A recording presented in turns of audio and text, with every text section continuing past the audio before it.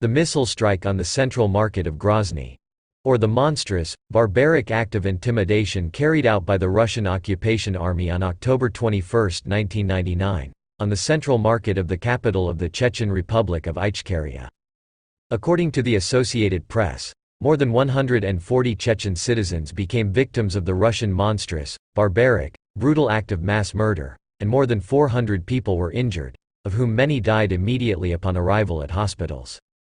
Severed limbs, shattered bones of arms, legs, disfigured faces, severe penetrating craniocerebral wounds, severe blood loss, broken organs, torn muscle tissue and so on. According to the doctors themselves, medical staff, volunteers and eyewitnesses, the scene of the incident, as well as the corridors and operating rooms in hospitals themselves, were literally flooded with people's blood. The witnesses of those events still hardly talk about all this horror, and many of the Chechens who left for Europe after those events are still undergoing post-traumatic rehabilitation. After the massive global criticism and hype for such a monstrous, inhuman act of mass murder of Chechens, the reaction of Russians was highly expected. At first, they strenuously hushed up this topic, and then, when they were still forced to respond to the press, they came up with all sorts of versions of what happened that defied sound logic. For example, Russian generals from the highest offices, being aware of even every cartridge produced in Russia, claimed that these missiles did not even belong to them at all and that they did not even know where they were fired from.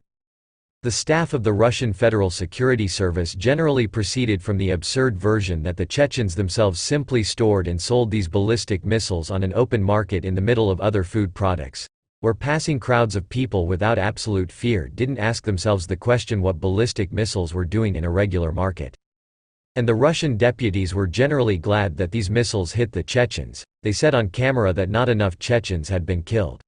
Naturally, Russian television itself did not stand aside, hiding the mass crimes of its mafia government in a foreign country as much as possible with the theme of evil and dangerous Chechens. Neither the mass killings by the Russian army in Samashki, in Aldi, in Bamut, nor Grozny, which was wiped off the face of the earth, nor the massive bombing of the whole country, which did not stop for 10 years, nor the murders and tortures of Chechens in concentration prisons, arrests, kidnappings, rapes.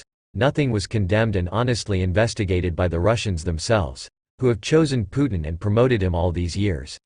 Putin is a product of the Russians.